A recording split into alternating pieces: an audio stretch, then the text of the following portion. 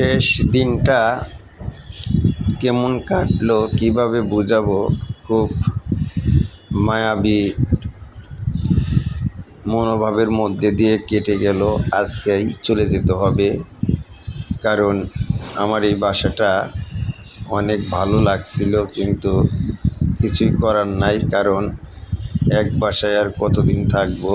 আর এখানকার যে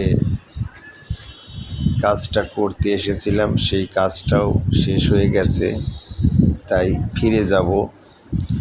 যাওয়ার আগে এই বাসাটাকে আবার একটু ঘুরে ঘুরে দেখে নিলাম এবং আপনাদেরও দেখিয়ে দিলাম, কারণ মানুষের আপন কোনো ঘর নাই যেখানে সে দিন রাত কাটায়, সেটাই তার ঘর বাড়ি হয়ে ওঠে।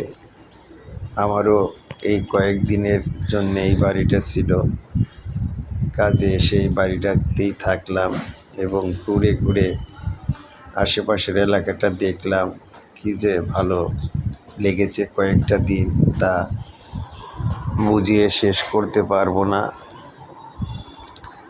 তাই আমার বারবার আবার এখানে ফিরে আসতে ইচ্ছে করবে, হয়তোবা আসতে পারবো বা পারবো না। না পারলেও কোনো দুঃখ নেই, আসতে পারলে অনেক ভালো লাগবে। আজকে আমার এইখানের শেষ রজনী ছিল।